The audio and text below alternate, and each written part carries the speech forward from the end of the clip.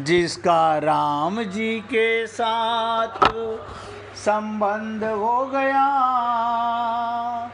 उसके मन में आनंद ही आनंद हो गया। जिसका राम जी के साथ संबंध हो गया, उसके मन में आनंद ही आनंद हो गया। जिसका राम जी के साथ संबंध हो गया, उसके मन में आनंद ही आनंद हो गया। जिसका राम जी के साथ संबंध हो गया, उसके मन में आनंद ही आनंद हो गया। हे पुण्य आत्माओं, हम अनादि परमात्मा के अंश थे, परमात्मा के अंश हैं, लेकिन जब तक जड़ के साथ संबंध माने रखेंगे तब तक हम अपना कल्याण नहीं कर सकते। पाना चाहते हैं राम रस, प्रेम रस। अर्जुन 18वें अध्याय तक भगवान से प्रश्न करता रहेगा। जब 18वां अध्याय आपके साथ चर्चा करेंगे, जितना किसी अध्याय पर समय नहीं लगेगा उतना उस पर लगेगा, क्योंकि वहाँ भगवान सारी शंकाओं का निरूपण करने जा रहे हैं। लेकिन वहाँ तक पहुँचे तो सही। इसलिए कहते हैं धीरे धीरे रे मना, धीरे धीरे सब कुछ होए। आप धीरे धीरे अपने मन की, हम अपनी मन की मलिनता को मिटाते रहें, अज्ञानता को छोड़ते रहें। हमें भगवान का प्रेम और संसार से संबंध विच्छेद होने लगेगा, होने लगेगा। तात्पर्य ये इतनी बात करने का, उसमें जड़ अंश की प्रधानता से, जीव में जड़ अंश की प्रधानता से लौकिक संसार की इच्छाएं रहती हैं और चेतन अंश की प्रधानता से पारमार्थिक परमात्मा की इच्छा रहती है। ध्यान दीजिएगा, सत्संगी के हृदय में वो भी जीवात्मा है, लेकिन वो जीव से अपना संबंध छोड़ना नहीं चाहता, शरीर से अपना संबंध छोड़ना नहीं चाहता, और जब तक छोड़ेगा नहीं परम पद होगा नहीं, परम पद नहीं हो सकता। पाना चाहता है राम रस, लेकिन ऐसा है वैसा है, छल कपट करता रहता है। मैं ऐसा नहीं कहता हूँ, प्रत्येक आत्मा आनंद चाहती है, क्योंकि आत्मा आनंद का अंश है। पाना तो चाहते हैं, लेकिन ये जीव आत्मा, जीव जो है वो अज्ञानता में लिप्त है, जड़ अंश मिटने वाला है। ध्यान दीजिएगा, इसलिए लौकिक इच्छाएं, अब एक एक शब्द समझने का प्रयत्न कीजिएगा। शरीर मरने वाला है, सूक्ष्म शरीर, स्थूल शरीर, कारण शरीर। इसलिए लौकिक इच्छाएं मिटने वाली हैं और चेतन अंश सदा रहने वाला है, सदा रहने वाला है। इसलिए पारमार्थिक इच्छा पूरी होने वाली है। इसलिए हे पुण्य आत्माओं, लौकिक इच्छाओं को, लौकिक कामनाओं को, इनकी निवृत्ति और पारमार्थिक इच्छा, संसार से छूटने की इच्छा। मजे की बात ये, हम भगवान को पाना चाहते हैं, शरीर छोड़ना नहीं चाहते। अब मरेंगे जब देखा जाएगा, अब अपने आप से क्यों मरें? अरे बाबा, मरना नहीं है, क्योंकि तुम तो अमर हो, आत्मा हो। शरीर से अपनापन छोड़ दो, ये आज मरे या कल मरे, ये तो 24 घंटे मर ही रहा है। आप बताइए, इस शरीर को मरने से कोई बचा सका है? और मैं तो आपको इतना खुल के बोलता हूँ कि जितनी देर आप और हम लोग सत्संग में आते हैं, मैं बोलते बोलते मर रहा होता है शरीर से, और आपका सुनते सुनते शरीर मर रहा होता है। सबका ये अनुभव है। इसलिए लौकिक इच्छाओं, कामनाओं की निवृत्ति और पारमार्थिक इच्छा, संसार से छूटने की इच्छा, इसे क्या कहते हैं? स्वरूप बोध की जिज्ञासा। स्वरूप बोध की, अपने आप को बस, जिसे सीताराम आचार्य जी ने एक बड़ी सुंदर लाइन में कहा, निज कृपाश्रित को सुगम हरि, निज कृपाश्रित को सुगम हरि, संशय इमे करना नहीं, बैठत उठत घूमत फिरत, बस यही नाद लगाए दे। शरीर तो, लेकिन हम अपने आप पे भी कृपा नहीं करना चाह रहे, अभी भी भटक रहे हैं। क्यों? शरीर के साथ, जड़ के साथ ये जो संबंध है, यही हमारे को अज्ञानता में, यही हमें ममता में, यही मोह में, यही कामनाओं में, यही आसक्तियों में भटका रहा है। संसार से छूटने की इच्छा और स्वरूप बोध की जिज्ञासा और भगवत प्रेम की अभिलाषा की पूर्ति होती है। लिख लो,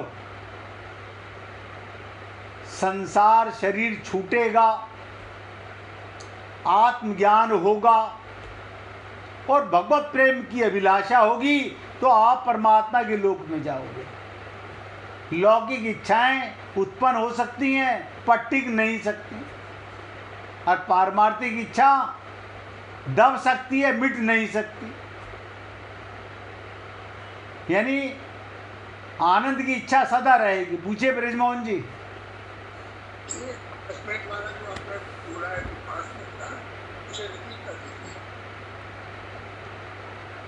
लौकिक इच्छाओं वाला सुनिएगा भैया, शरीर की, मन की, बुद्धि की कामनाएं, इच्छाएं, आसक्ति निवृत्ति होगी और पारमार्थिक इच्छा आत्मा की, यानी संसार से छूटने का पक्का इच्छा हो। अभी तो संसार के अंदर ही सुख भागने की, अभी तो शरीर में ही लालायित हैं, कामनाएं हैं, ये कहाँ पर रहती हैं? स्वरूप बोध की जिज्ञासा। अब हमारे को अपने, अब हमने ये जान लिया हम जीवात्मा हैं, परमात्मा के अंश हैं, लेकिन मेरे भाई ये जीवात्मा आप समझ ही नहीं पा रहे। आपके पर ये जीवात्मा कह के कलंक लग गया। हे अजन्मा अमर आत्मा, यहाँ क्यों नहीं आया जीवात्मा? हे अजन्मा अमर आत्मा, क्यों परेशान हो रहे हो?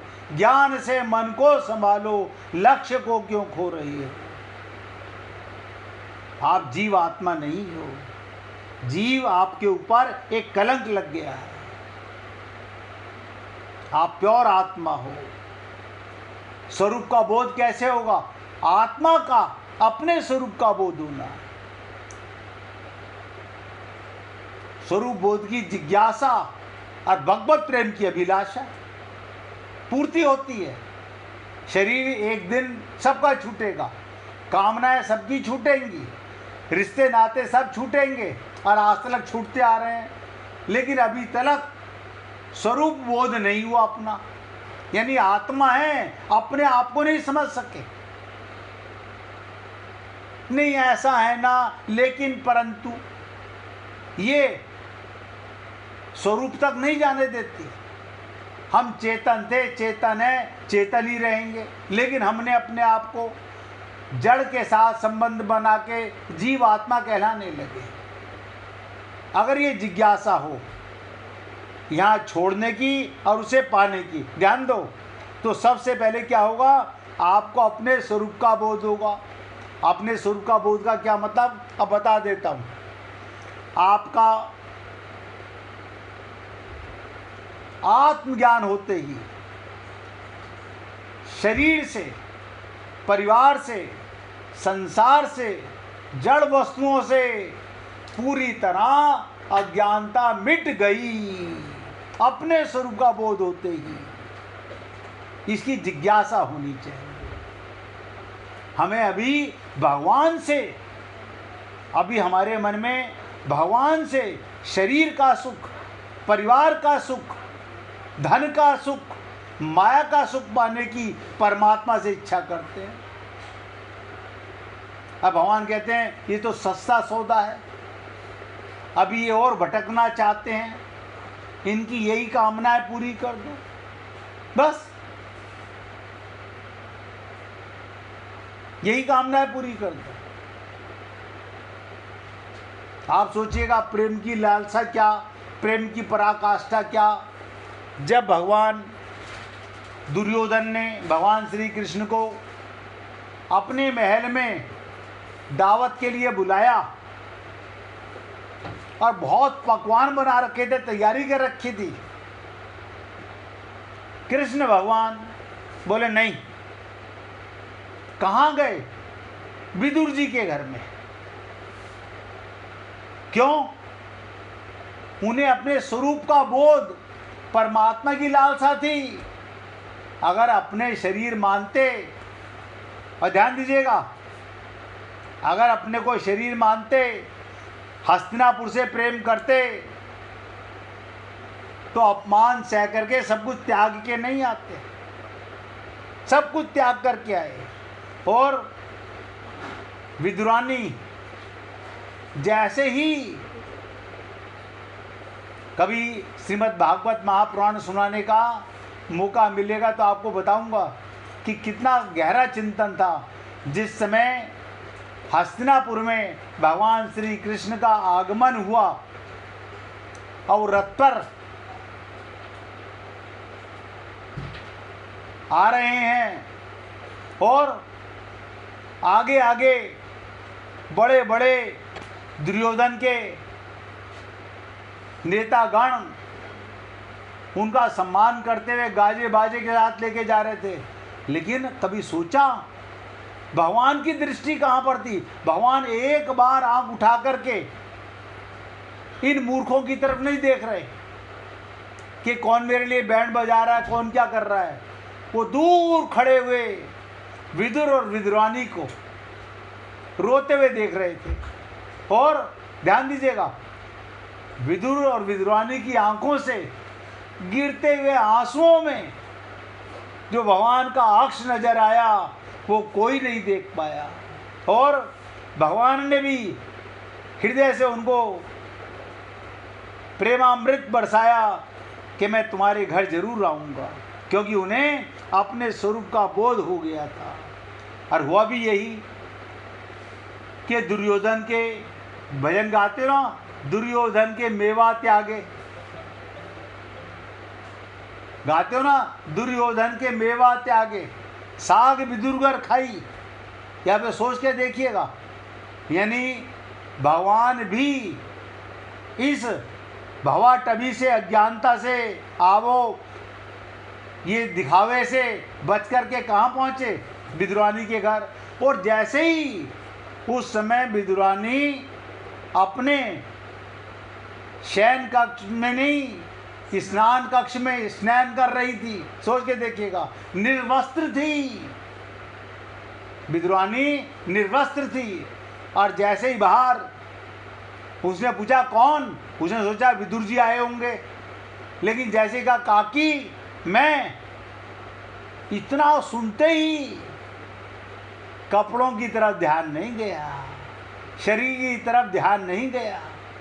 विदुरानी निर्वस्त्र भागी। ये थी गोपी भाव, ये था समर्पण भाव। और भगवान विदुरानी को निर्वस्त्र देखकर अपना पीताम्बर खोल के दे रहे, माँ, यानी भगवान अपने आप में लपेट रहे हैं।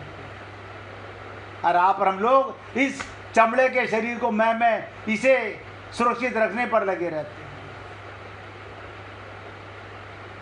जानत है प्रभु सबके मन की। इसलिए हे पुण्य आत्माओं, कभी जब श्रीमद् भागवत महापुराण की चर्चा करेंगे तो ऐसे ऐसे प्रसंग सुनने को मिलेंगे, लेकिन उसके लिए अधिकारी तो बनो। अपने स्वरूप का बोध हो गया तब परमात्मा की लीलाओं का रस आएगा। अपने स्वरूप के बोध बिना हुए बस खाली लच्छेदार कहानियां सुन लोगे, मजा कुछ नहीं आएगा। तो सबसे बड़ी चीज इच्छाओं की निवृत्ति, कामनाओं का त्याग और पारमार्थिक इच्छा। पारमार्थिक इच्छा क्या? संसार से छूटने की इच्छा, स्वरूप का बोध और जिज्ञासा, भगवत प्रेम की अभिलाषा की पूर्ति होती है। ब्रजमोहन जी ने यही प्रश्न किया था, और इन्हीं 3-4 लाइनों को देखो दोबारा रिपीट करने में, और पता नहीं भगवान ने क्या क्या रस बरसवा दिया। कहाँ विदुर की बात आ गई, कहाँ विद्रोणी की बात आ गई, कि जिसके मन में जिज्ञासा होती है उसे ही स्वरूप का बोध होता है, और वही भगवत प्रेम की अभिलाषा की पूर्ति होती है। अभिलाषा तो हो, इच्छा तो हो। लौकिक इच्छाएं उत्पन्न हो सकती हैं पर टिक नहीं सकती। ये अभी देखिएगा, आपके मन में एक इच्छा आई, अभी पलट के दूसरी आ गई। हाँ ये तो कल कर लेंगे, लेकिन अभी दूसरी इच्छा आ गई। अभी दूसरी इच्छा गई नहीं, तीसरी आ गई, तीसरी गई नहीं, चौथी आ गई। अब फिर कल सोच रहे हैं, कल पता नहीं क्या इच्छा कर रहा था, मेरे मन में आ तो रहा था, क्या बात थी, भूल गए। ये लौकिक इच्छाएं होती हैं। इसलिए मैंने कहा लौकिक इच्छाएं उत्पन्न हो सकती हैं पर टिक नहीं सकती, परंतु पारमार्थिक इच्छा दब तो सकती है पर मिट नहीं सकती, मिट नहीं सकती। कारण लौकिक इच्छाएं, अब लोग लिख लो अपने हृदय के अंदर, सांसारिक इच्छाएं, शरीर की इच्छा, मन की इच्छा, बुद्धि की इच्छा, परिवार की इच्छा, धन की इच्छाएं अवास्तविक हैं, ये वास्तविक नहीं है। और पारमार्थिक इच्छा वास्तविक इच्छा है। इसलिए साधक को ना तो लौकिक इच्छाओं की पूर्ति की आशा रखनी चाहिए, ये कैसे पूरा होगा, ये कैसे पूरा होगा। हम सारा दिन उसी के लिए पागल हुए रहते हैं, उसी के लिए मंदिर जाते हैं, उसी लिए गुरुजी के पास जाते हैं, लौकिक इच्छाओं के लिए। लौकिक इच्छाओं की पूर्ति की आशा जब तक रखोगे,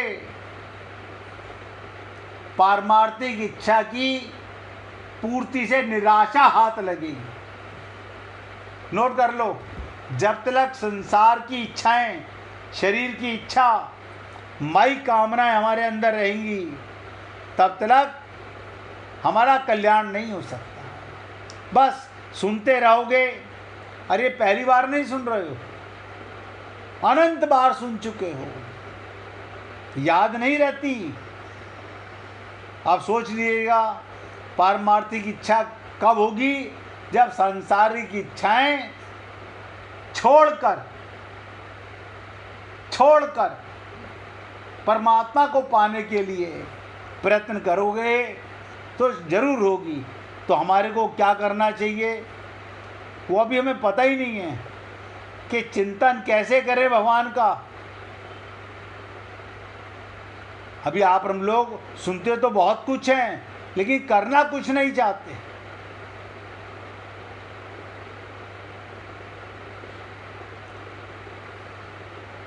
एक छोटी सी लीला सुना देता हूँ। जिस किसी भक्त को भजन सुनाना और निकाल के रखना, क्योंकि इससे ज़्यादा विशेष चर्चा अब कल करेंगे। आज जितनी चर्चा कर दी है, अगर वो हृदय में उतर जाए तो समझ लीजिएगा बहुत बड़ा कल्याण होने वाला है। विष लगा माखन, क्या बोला मैंने? विष लगा हुआ माखन। एक दिन माता ने माखन चोरी करने पर श्याम सुंदर को धमकाया, डांटा, फटकारा। बस दोनों नेत्रों से आंसुओं की झड़ी लग गई। कर कमल से आंखें मलने लगे भगवान, ऊं करके रोने लगे, गला रुंध गया, मुंह से बोला नहीं जा रहा था। माता यशोदा का धैर्य टूट गया। भगवान की लीला के आगे माता का भी धैर्य टूट गया। अपने आंचल से अपने लाला कन्हैया का मुंह पहुंचा, बड़े प्यार से गले लगाकर बोली, लाला ये सब तुम्हारा ही है, ये सब तुम्हारा ही है, चोरी नहीं है। एक दिन की बात है, पूर्ण चंद्रमा की चांदनी से मणि में आंगन धुल गया था।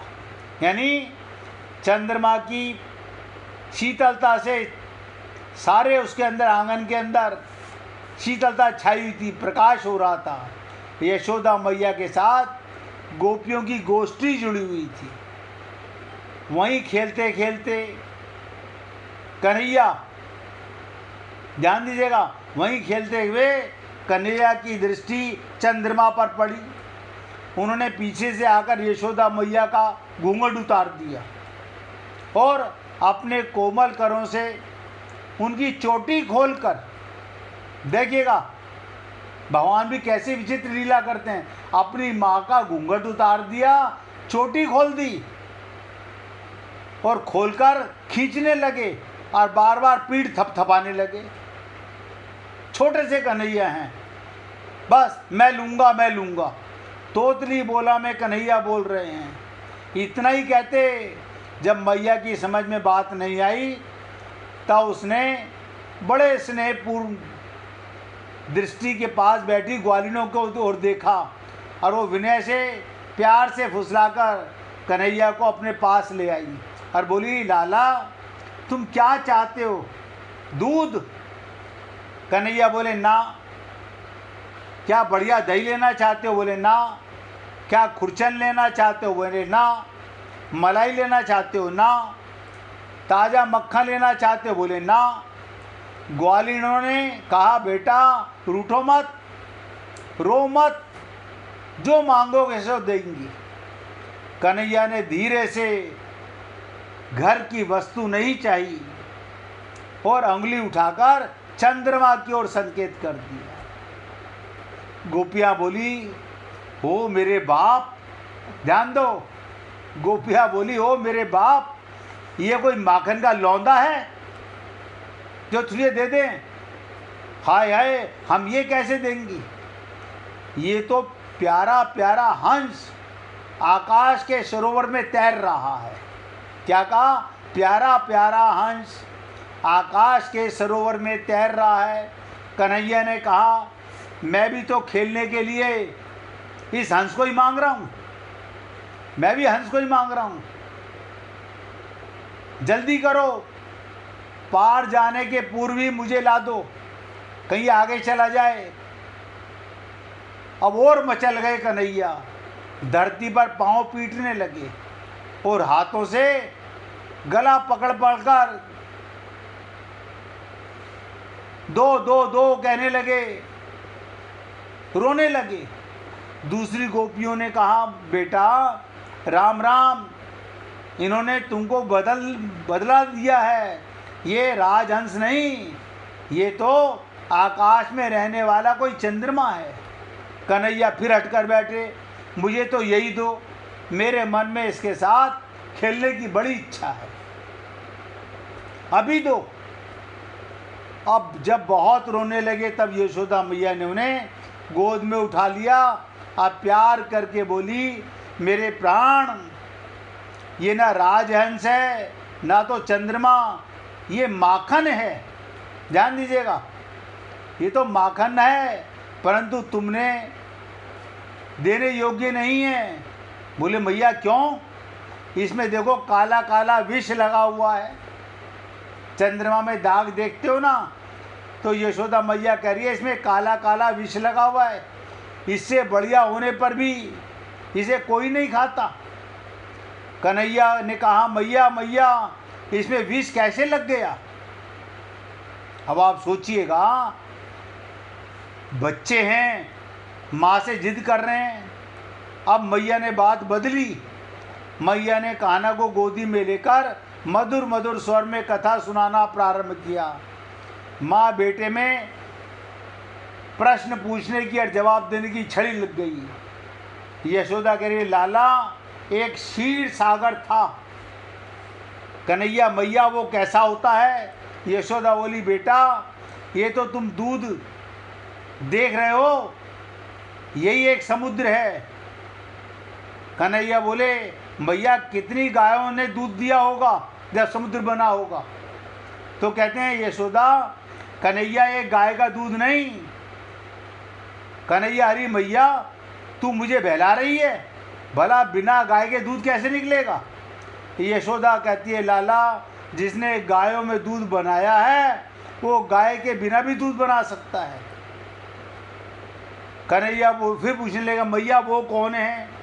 यशोदा कहती है, भगवान है, परंतु उसके पास कोई नहीं जा सकता।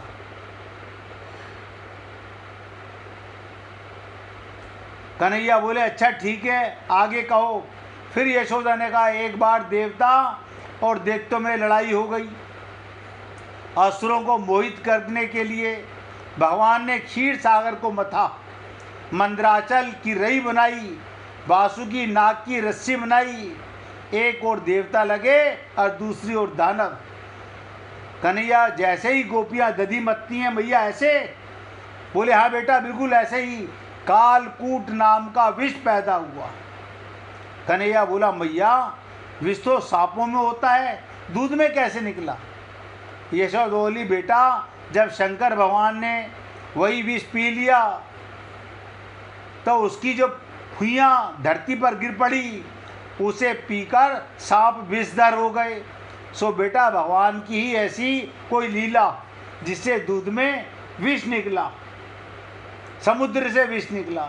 श्री कृष्ण, अच्छा मैया ये तो ठीक है। अब यशोदा बेटा चंद्रमा की ओर दिखाकर, ये मक्खन भी उसी से निकला है, इसलिए थोड़ा सा विष लगा हुआ हो गया। देखो देखो, इसी को लोग कलंक कहते हैं। सो मेरे प्राण, तुम घर का ही मक्खन खाओ। कथा सुनते सुनते श्याम सुंदर की आंखों में नींद आ गई। अब मैया ने उन्हें पलंग पर सुला दिया।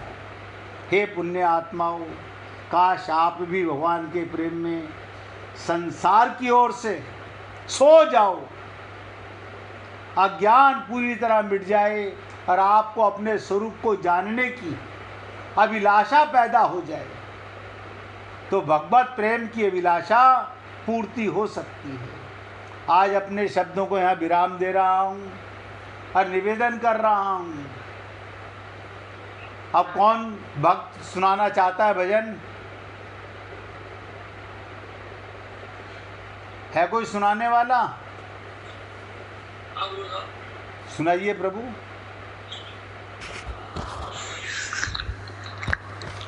राधे राधे जी। आसरा इस जहां का मिले ना मिले,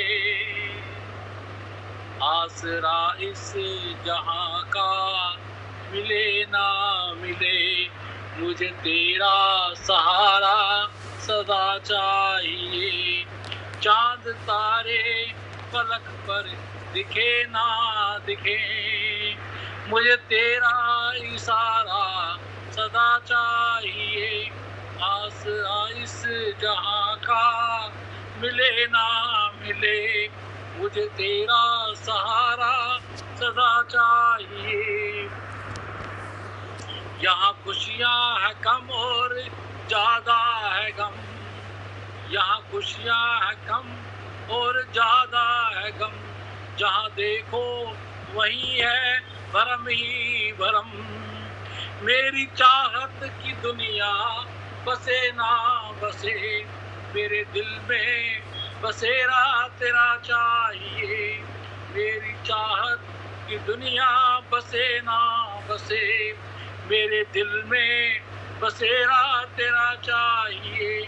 आसरा इस जहां का मिले ना मिले, मुझे तेरा सहारा सदा चाहिए।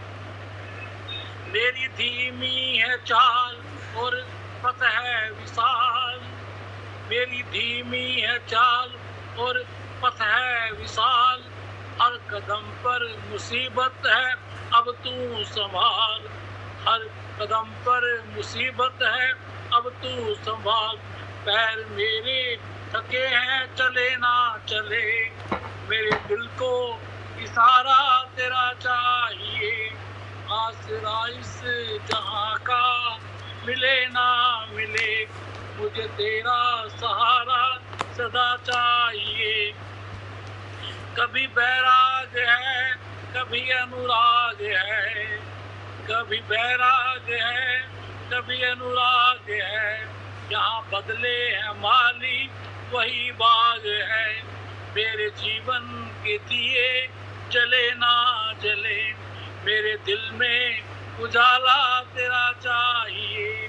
आसरा इस जहां का मिले ना मिले, मुझे तेरा सहारा सदा चाहिए। राधे राधे जी। बोलिए वृंदावन बिहारी लाल की जय जय श्री राधे, जय जय श्री राधे। बोलिए लाल जी का मंगल हो, सभी भक्तों का मंगल हो। सबको राधे राधे जी, राधे राधे, राधे राधे जी, राधे राधे, राधे राधे जी, राधे राधे। सबको राधे राधे जी, राधे राधे, राधे राधे जी, राधे राधे।